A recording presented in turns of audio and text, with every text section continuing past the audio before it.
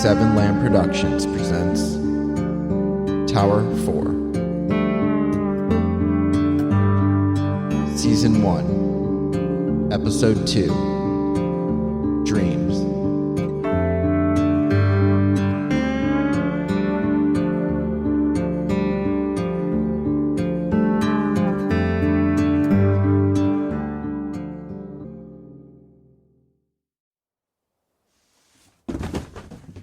Shit. Did you find it yet? No, not yet. If it's not there, it may be in the shed. You mean the shack? What? That's what Gene called it. What a weirdo. Sure.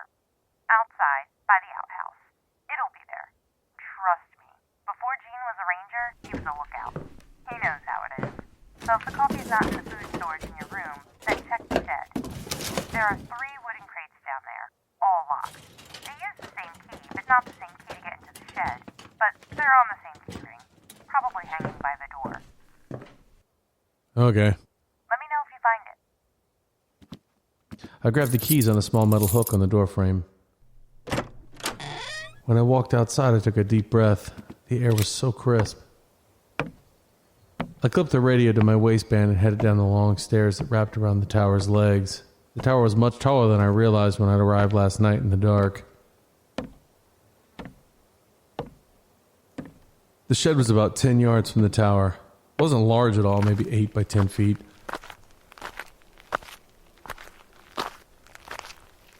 I walked around it and found the weird L-shaped wooden alcove attached to the back. I looked inside and saw a hook with a clear empty bag hanging from it. A hose hung limply from the bag. Oh man, this was the shower. Well? Hold on, haven't looked yet. What's taking you so long? The anticipation's killing me. Does he have coffee? Did Gene forget to stock the coffee? Will he have caffeine withdrawals if there is no coffee? I need answers. 1 second. I was just admiring this shower setup. Doesn't even come with a door. How about that? Fun. Good thing I'm not self-conscious about my body. Really? You think you're going to be showering and some self-righteous moose is going to show up? Start silently judging you and your fat rolls? Hey, I have a bit of a stomach, but I do not have rolls. Yeah, that's why it's taking you a half hour to reach the shed, which is, at most, 2 long strides from the tower. I told you I was checking out the amenities. I guess the shower can be considered an amenity out here. You have the privilege of using the bathroom yet? No, not yet. But I did piss from the tower this morning. Why is that something every guy does the first day? Is it really? Well, Gene, Vic, and even Jerry mentioned it. It's a power move. A claim of the surrounding forest? A warning to all fires. Now it makes sense.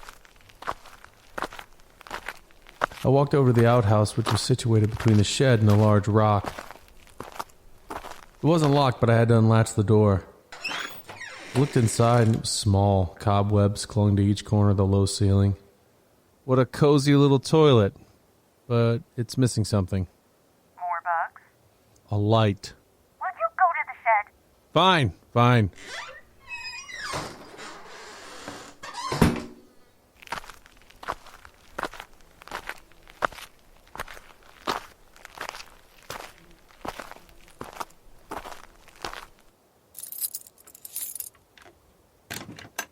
I went to the shed and unlocked it. Inside was a bunch of random items that were surprisingly stored in organized fashion. 3 large crates sat on top of each other. The back wall was lined with more water jugs. There were already 10 jugs in the tower, large water cooler jugs, and here there were 10 more. I'm glad there's a lot of water. The crates, Mikey, the crates! I'm getting to them.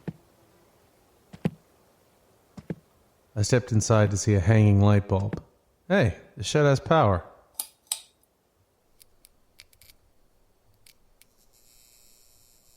There were a few empty milk crates, a fishing pole and a tackle box, propane, and 2 lanterns on the floor. On one of the shelves were 2 toolboxes, a first aid kit, several bottles of bug spray, and another shower bag. I stood on the edge of the crates and hoisted myself up to look at the top shelf. There was an empty shampoo bottle, an empty gas can, a tin can filled with nails and screws, and A bow? I pulled it out from behind all the other junk. It wasn't a store-bought bow. It looked like it had been crafted out here. The wood was chipped and string, maybe fishing line? I couldn't tell. There's a bow in here. You good at archery? Not really. Last time I handled one of these was in Boy Scouts.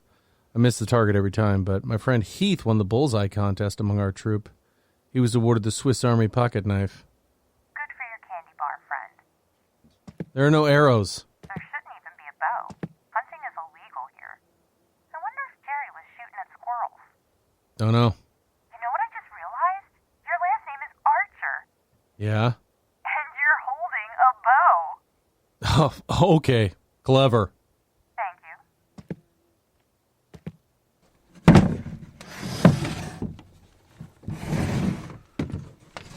I opened the first large crate. There was a lot of dried food, but no coffee. I pulled the crate down and set it to the side.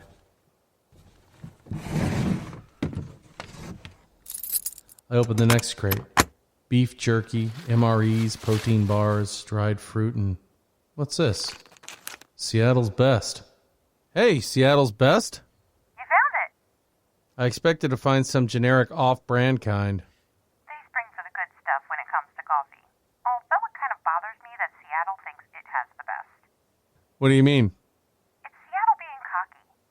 They're not saying they're the best coffee out of all coffee. They're just saying this is the best coffee to come out of Seattle. Really? But it's an apostrophe S. So? Doesn't that mean Seattle is best? It's claiming ownership. That it's best. No, that they own the best coffee. See? Proves my point. Cocky. But it's not saying Seattle is best. It's saying this is Seattle's apostrophe S best. You're confusing me, Mikey, and I'm bored with this combo. Glad you found some coffee, though. Thanks. It wasn't just some. There were nearly a dozen bags. I grabbed 5 and threw them in one of the empty milk crates. I thought about taking some more snacks, but the cupboards in the tower were already stocked with nuts and fruit and other dried foods.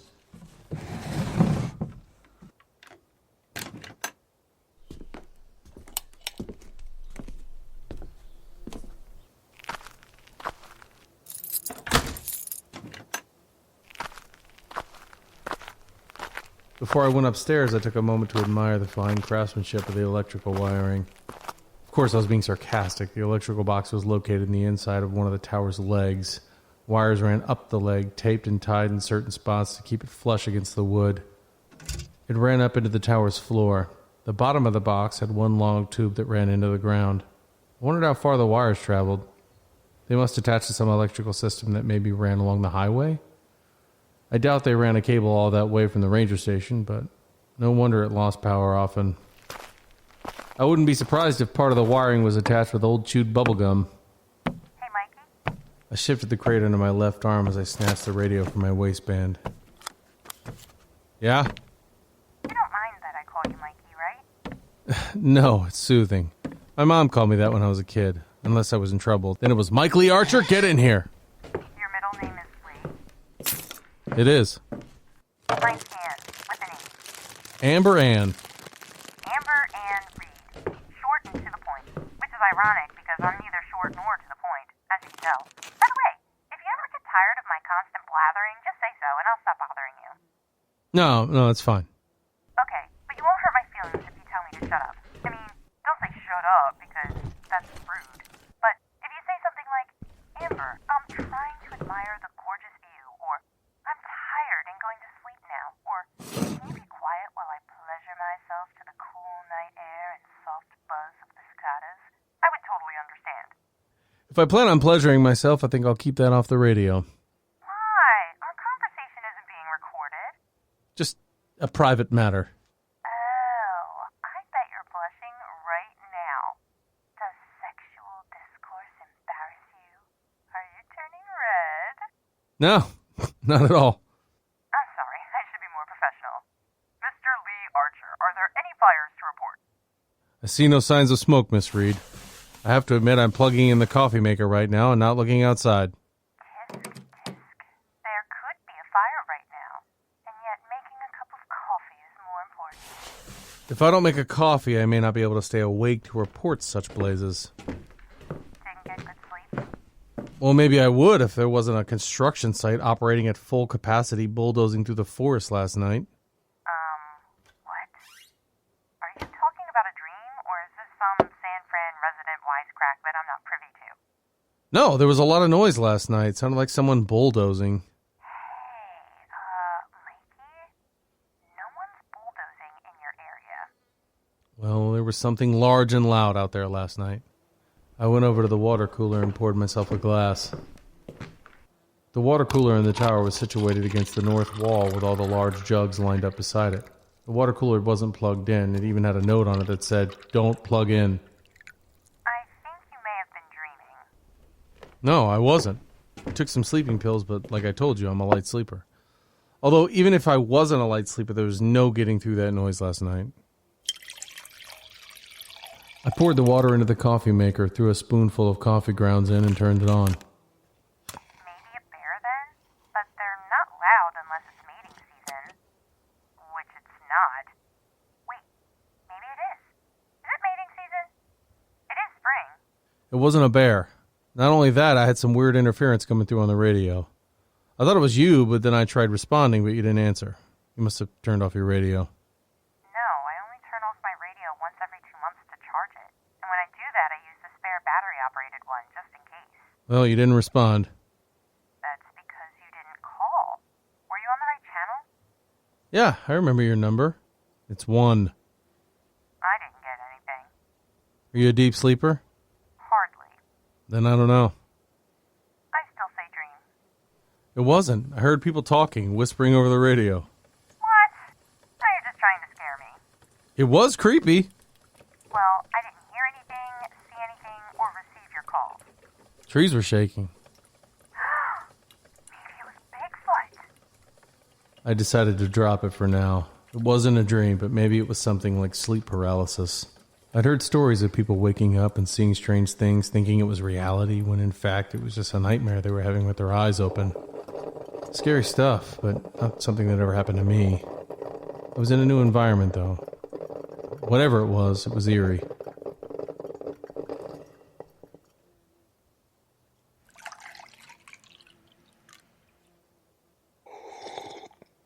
That was better. A little mild roast. I walked around the cabin. This was my home for the next 5 months. It was relatively small, but it would do.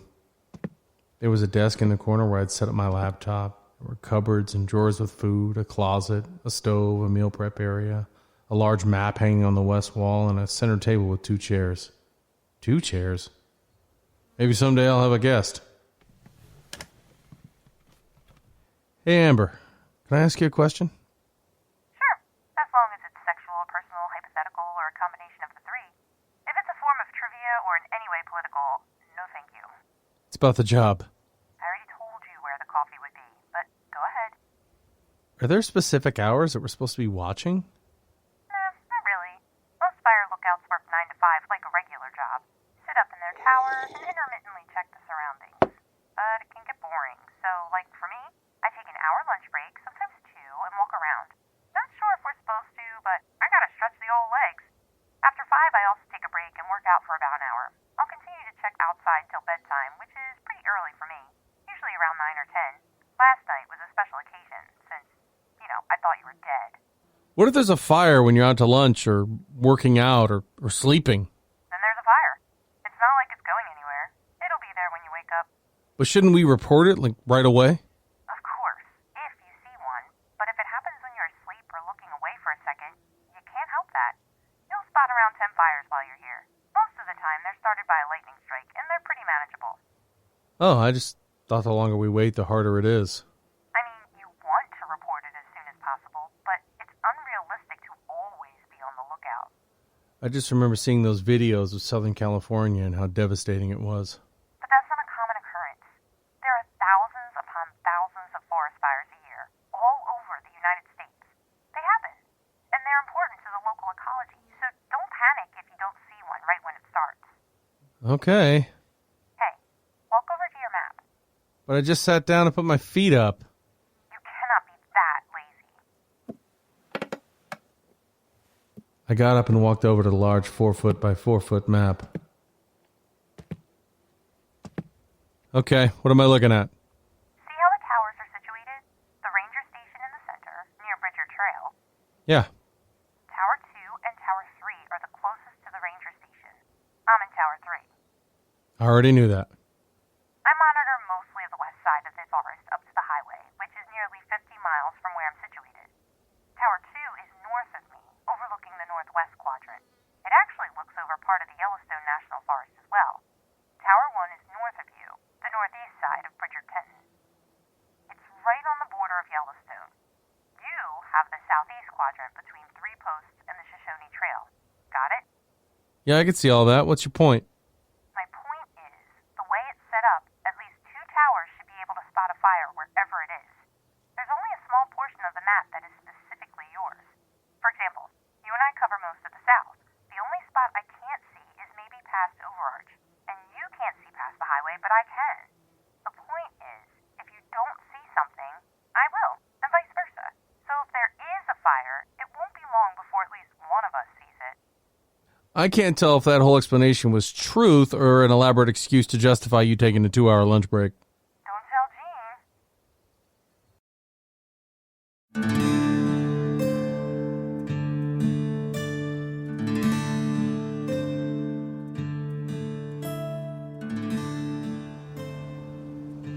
3 days passed.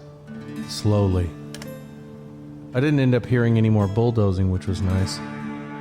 I slept through the last 3 nights with ease, which was surprising. I didn't even take a sleeping pill the last 2 nights. It was now Thursday, and after eating lunch, I decided to sit outside and relax. I brought a chair out and rested my feet on the walkway's railing. I'd started to write the day before, but since nothing was coming to me, I'd put it on hold. It wasn't a big deal. I had plenty of time. I used a set of binoculars to survey the area. Besides seeing a few hawks, herons, and woodpeckers, there was nothing of much excitement. Although I was becoming a fan of bird watching. I had found a few Wyoming nature books in the desk. One was specifically about native Wyoming birds.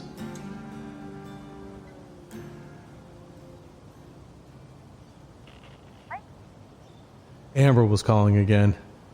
We ended up chatting a lot. She said it was more than her and Jerry ever talked. Jerry was a previous fire lookout for Tower 4. Amber said she liked talking to me, that it was a nice change from Jerry.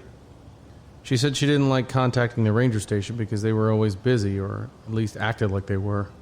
She could reach Tower 2 as well, but she said Vic was a grumpy old man of few words. So we talked a lot, and it did help pass the time.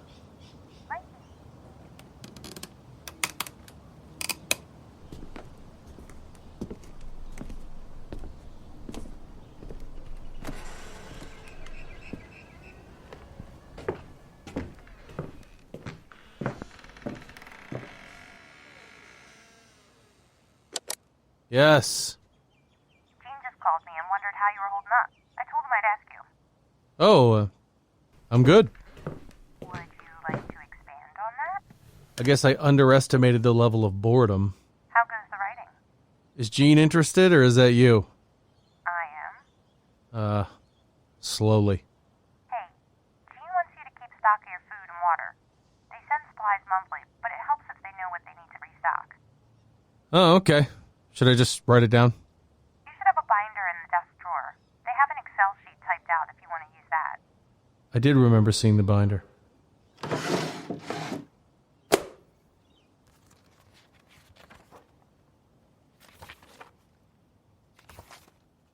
I got it. Good. Anything else to report? I saw a tricolor heron the other day. Wow, look at you. I'll make sure to inform Jean.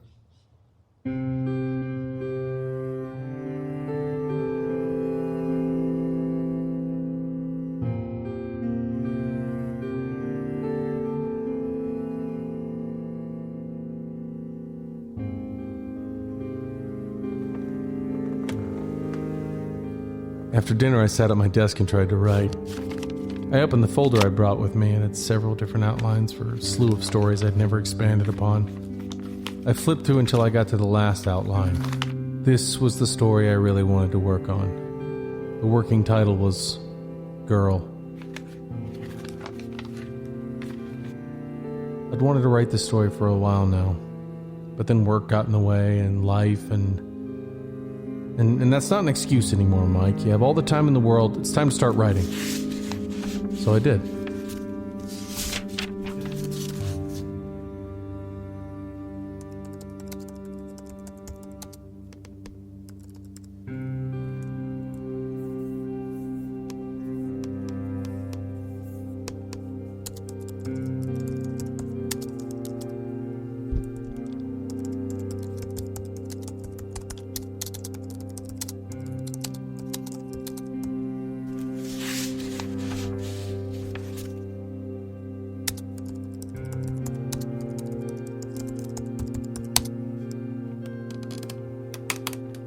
After a solid 2 hours of writing, I took a break to watch the sunset and chat with Amber.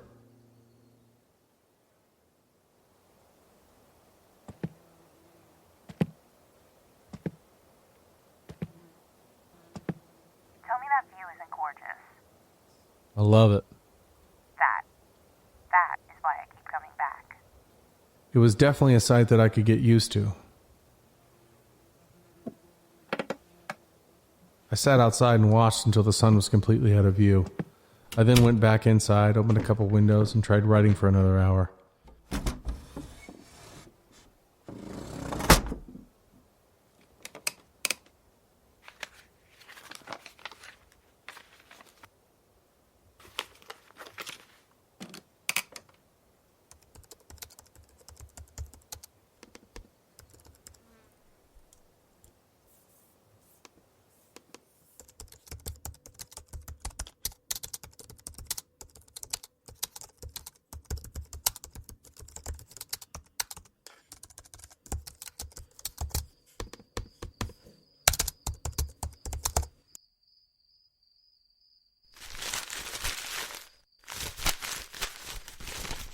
I ended up scrapping everything that I wrote in that hour, though, and after a frustrating 30 minutes of pacing, I climbed into bed.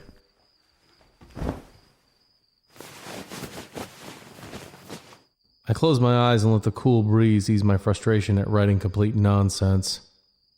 My mind drifted into my story. I thought about Jason and his motives. I thought about the opening chapter and how I needed a better meeting for him and Skylar. What I wrote was lacking the love necessary to kickstart their relationship. But as I continued to think about the writing, I could feel myself drifting off, and soon I was out.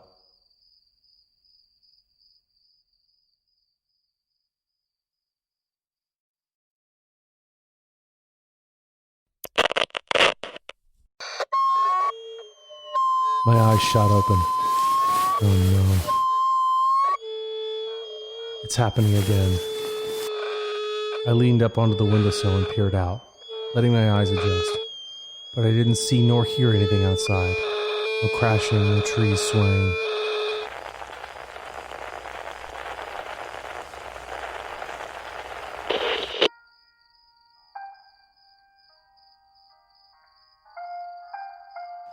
I got out of bed. What the hell was this? Was Amber playing a joke on me? Why classical music? I walked over to the radio. Amber? But she didn't respond. My eyes had adjusted to the moonlight and I was able to read the dial. I was on channel 1. Where was she? I turned on the light and paced the room.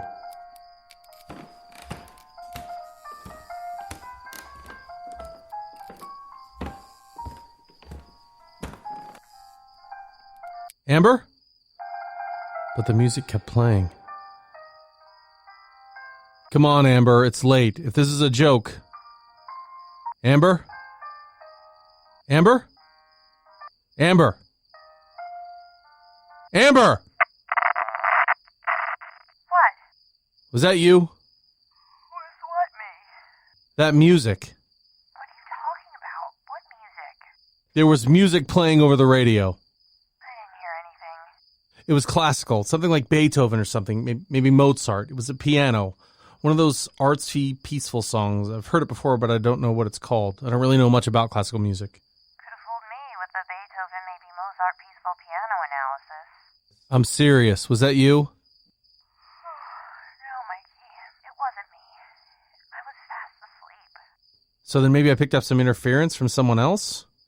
Who? Someone around here? There's no one around there.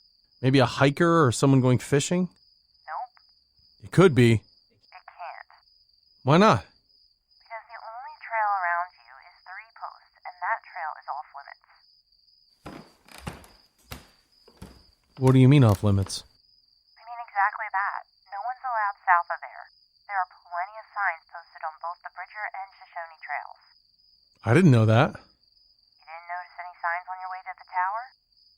No, but I did walk a couple hours in the dark. Maybe I missed them? No one's over there. 3 Posts Trail was even taken off the local maps last year. So then where'd the music come from? I don't know. Maybe it wasn't there? If you say it was a dream. Mikey, can we talk about this in the morning? Fine. Thank you. Try to get some sleep.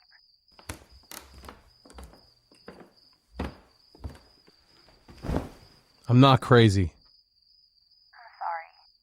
I'm not calling you crazy. Maybe you're right. Maybe it did pick up someone else's radio. There could be people over there, but they're not supposed to be. In the morning, maybe you should hike out a bit and see if you find any campers. Sometimes that happens. People get lost or take the wrong path. Okay? Okay. Sorry for bothering you. No, don't be. I'll make a call to Gene in the morning. Ask him if he knows of any hikers heading south. Okay. I knew it wasn't a dream, just like whatever was crashing through the forest wasn't a dream. But what was happening? Was this stuff normal? Amber seemed so nonchalant about it. I walked to the south window and peered out at darkness. Why was that section of the forest closed? I'd have to ask Amber more tomorrow. I checked the time. It was 4 a.m. Even if there were some hikers that were lost, why would they be listening to classical music at 4 a.m? I didn't end up going back to sleep that night. Instead, I went over to my laptop and tried writing more.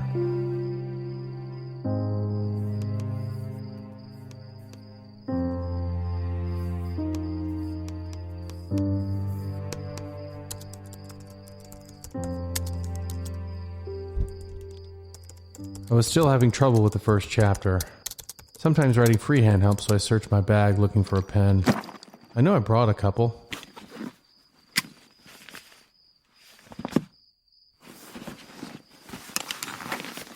I remembered putting them in the desk drawer. I opened it, one rolled to the front, but where was my fine tip? I took out a couple folders, a binder, a stack of paper, pulled the drawer out further, but it wasn't in there. I reached my hand in and felt it. It was stuck behind a wadded up piece of paper. I yanked it out. What is this? I opened the paper and felt a shiver run up my spine. There were only 2 words on it. 2 words that were not written by me. 2 words that were written by someone else and shoved into the back of this drawer. I stood up and looked around, staring at the windows, unable to see much with the moon behind a thin layer of clouds. I looked back at the paper and stared at the 2 words. 2 words that gave me goosebumps and continued to send shivers down my spine. 2 words. They're listening.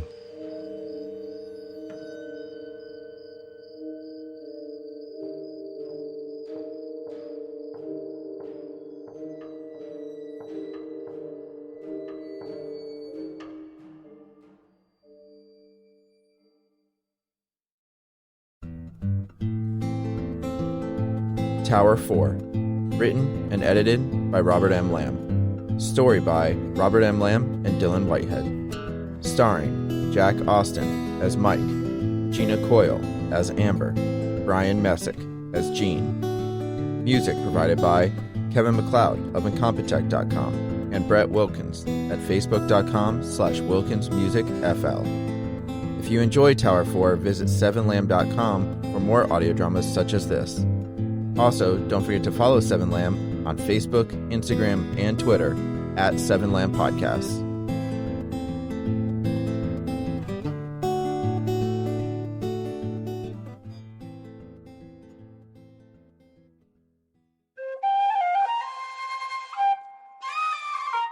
This has been a 7 Lamb production.